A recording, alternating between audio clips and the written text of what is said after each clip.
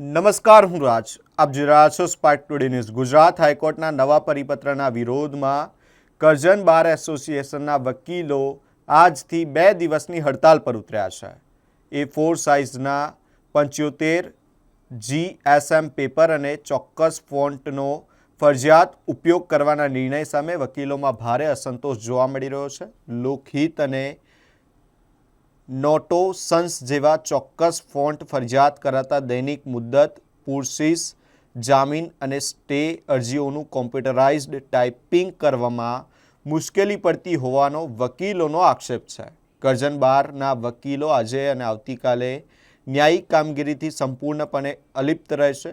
વકીલ મંડળે printed form અને સ્થાનિક ફોન્ટના ઉપયોગની છૂટ આપવા તેમજ નવા પરિપત્રમાં યોગ્ય સુધારા કરવાની ઉગ્ર માંગ કરી છે. ઓનરેબલ ગુજરાત હાઈકોર્ટે તારીખ 1/8/2026 ના રોજ એક પરિપત્ર પ્રસિદ્ધ કરવામાં આવેલું છે.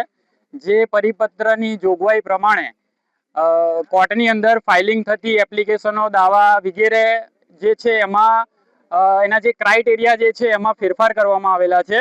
જેમાં જે પેજ જે છે 75 CGM ના GSM ના પેજ, પછી એના જે અપર એન્ડ ડાઉનના જે 2 સેમી જેટલા ગેપ છોડવાની, સાઈડ પર 4 સેમી જેટલી ગેપ છોડવાની, એ બાબતના ઘણા ફેરફારો કરવામાં આવેલા છે. હવે આ તમામે તમામ જે જોગવાઈ કરવામાં આવેલી છે એ જોગવાઈમાં નોટો ફોન્ટનો પણ ઉપયોગ કરવાની એ લોકોએ જાહેરાત કરેલી છે. હવે મેઇન વસ્તુ એવી છે કે આ તમામે તમામ જે પરિપત્ર જે બહાર પાડવામાં આવેલો છે એ પરિપત્રની અંદર અમે તમામે તમામ અસીલોના સંદર્ભમાં કે અસીલોને નુકસાન ના થાય, સાથે સાથે વકીલોને કોઈ સમસ્યા ઊભી ના થાય એ માટે આજે આંદોલન કરવામાં આવેલું છે. આ આંદોલનનો મુખ્ય હેતુ એ છે કે આ પરિપત્ર જે છે એ પરિપત્રની અંદર વકીલોને જ નહીં, માત્ર વકીલોને જ આ પરિપત્રનો અમલ કરવાનો. પોલીસની ચાર્જશીટ, પોલીસ રિપોર્ટ, એ બધા જે કાગળો છે એમને અપવાદ આપવામાં આવેલો છે. તો આ બંધારણના આર્ટિકલ 14 પ્રમાણે ઇક્વાલિટી બિફોર ધ લો, એટલે કે દરેક વ્યક્તિને સમાન અધિકાર આપવામાં આવેલો છે. તો પછી પોલીસને આમાં અપવાદ કેમ આપવામાં આવેલો છે? એમાં ચાર્જશીટની અંદર એ સાઈઝનો સમાવેશ કરવામાં કેમ નથી આવેલો? એમનો રિપોર્ટનો સમાવેશ અંદર કેમ નથી કરવામાં આવેલો? તો અમારો એ બાબતે વાંધો છે. બીજી વસ્તુ કે દૈનિક પ્રક્રિયામાં, દૈનિક કાર્યવાહીની અંદર કેટલાક રિપોર્ટો જેવા કે એક્ઝામ્પશન રિપોર્ટ છે, એમાં મુદ્દત રિપોર્ટ છે, એવામાં હાથથી લખીને તાત્કાલિક ધોરણે અમારે રિપોર્ટ આપવાના હોય છે.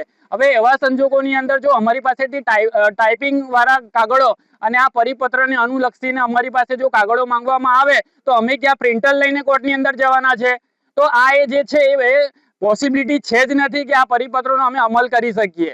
એટલા માટે હાલનું આંદોલન જે છે એના વિરોધમાં કરેલો છે. અને જ્યાં સુધી આ પરિપત્રમાં કોઈ પણ જાતનો યોગ્ય અને વ્યાજબી ફેરફાર કરવામાં નહીં આવે ત્યાં સુધી અમે આ આંદોલન ચાલુ રાખીશું.